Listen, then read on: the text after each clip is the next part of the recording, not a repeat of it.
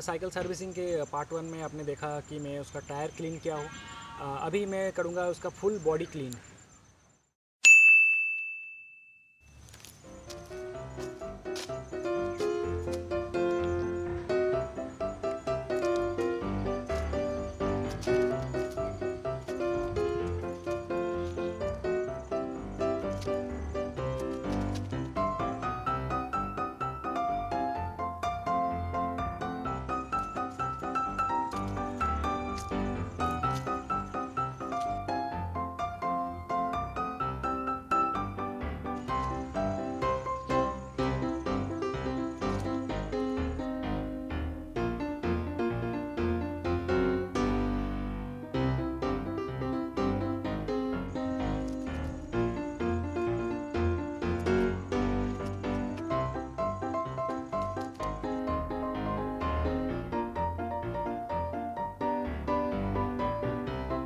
So guys, cycle पूरी तरीके से क्लीन हो गया है। फुल बॉडी मैंने क्लीन कर दिया। तो आप देख सकते हैं कितना क्लीन हो गया है साइकिल। एकदम फ्रेश लग रहा है साइकिल।